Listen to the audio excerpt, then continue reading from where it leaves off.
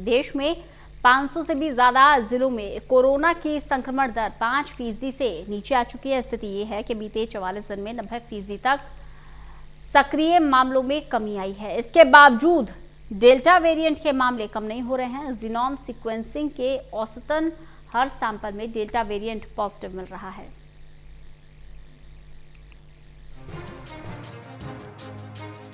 देश में भले ही कोरोना के मामले कम हो रहे हैं, लेकिन बढ़ते डेल्टा वेरिएंट ने चिंता बढ़ा दी है। जीनोम सीक्वेंसिंग के दौरान औसतन हर सैंपल इससे संक्रमित मिल रहा है। सरकार जिस GIS ID का हवाला देते हुए कोरोना वायरस के विभिन्न वेरिएंट की जानकारी दे रही है, उसी GIS ID के अनुसार भारत दुनिया का दूसरा ऐसा देश है जहां डेल्टा वेरिएंट के मामले सबसे ज्यादा हैं। अब तक बीते 4 सप्ताह में 54 सैंपल की सीक्वेंसिंग में इसकी मौजूदगी दर्ज की गई है।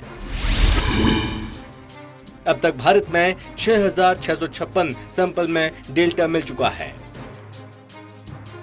विशेषज्ञों का कहना है कि दूसरी लहर को देखते हुए भले ही संक्रमण काफी हद तक नियंत्रण में आया हो, लेकिन एक सच ये भी है कि वायरस की मौजूदगी अभी भी उस रफ्तार से देखने को मिल रही है। डेल्टा वेरिएंट के चलते भारत में मार्च से मई के बीच कोरोना महामारी का भयानक रूप देखने को मिला था, जिसमें शहर से लेकर कस्बों और गांव-गांव तक लोगों को चपेट में ले लिया। वहीं दिल्ली स्थित IGIB के शोधार्थी बानी जोली का कहना है कि डेल्टा वेरिएंट को लेकर देश में काफी चर्चाएं चल रही हैं, लेकिन डेल्टा प्लस के मामले अभी बहुत कम हैं। इस पर ज्यादा अध्ययन भी नहीं आए हैं, जबकि अकेले डेल्टा वेरिएंट को लेकर ही सबसे ज्यादा गंभीर स्थिति न सिर्फ भारत बल्कि दुनिया भर में देखने को मिल रही है। केंद्रीय स्वास्थ्य मंत्रालय के अनुसार भारत में अभी तक 45,000 सैंपल की सीक्वेंसिंग हो चुकी है, लेकिन अंतर्राष्ट्रीय संगठन GIS ID के वेबसाइट पर 28,150 सैंपल की जानकारी दी गई है। इसके मुताबिक पिछले एक महीने के दौरान भारत में 96% से ज्यादा सैंपल में डेल्टा वेरिएंट मिला है। भारत के अलावा दुनिया में सबसे ज्यादा डेल्टा वेरिएंट की मौजूदगी ब्रिटेन में है। यहां अब तक 56,100 सैंपल में ये मिल चुका है।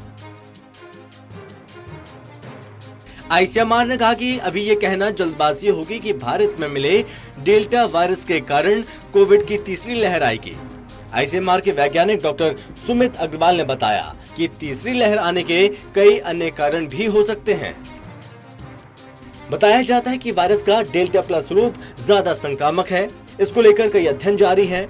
वायरस का ये रूप ज्यादातर महाराष्ट्र, केरल और मध्य प्रदेश में मिल रहा है। सरकार ने प्रभावित जिलों में इसकी रोकथाम के प्रयास तेज करने का निर्देश दिया है। वहीं देश में कोरोना वायरस के डेल्टा प्लस वेरिएंट की चिंता के बीच महाराष्ट्र में कोविड की तीसरी लहर की आशंका और बढ़ गई है। महाराष्ट्र में कोरोना वायरस के दैनिक मामलों में एक बार फिर बढ़ोतरी देखने को मिल रही है। गुरुवार को राज्य में कोरोना के 9,844 नए मामले सामने आए। इसके अलावा महाराष्ट्र में डेल्टा प्लस वेरिएंट के मामले भी लगातार बढ़ रहे हैं। स्वास्थ्य विभाग ने बयान जारी किया और बताया कि राज्य में कुल संक्रमितों की संख्या 60,07,431 हो गई है और साथ ही 197 और लोगों की मौत के साथ मृतकों की कुल संख्या 1,19,859 हो गई है। इसमें से 149 लोगों की मौत पिछले 48 घंटे में हुई और 48 लोगों की मौत पिछले हफ्ते हुई है। महाराष्ट्र के मुख्यमंत्री उद्धव ठाकरे ने स्वास्थ्य अधिकारियों से राज्य के उन 7 जिलों पर ध्यान केंद्रित करने को कहा जहां कोविड वायरस संक्रमण के मामले तुलनात्मक रूप से ज्यादा सामने आ रहे हैं।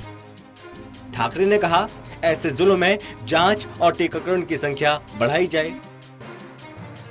देश में कोविड के आंकड़े बताते हैं कि भारत में दूसरी लहर धीमी पड़ गई है, लेकिन तीसरी लहर के आने की आशंका के बीच हमें अभी से सावधानी बरतनी होगी।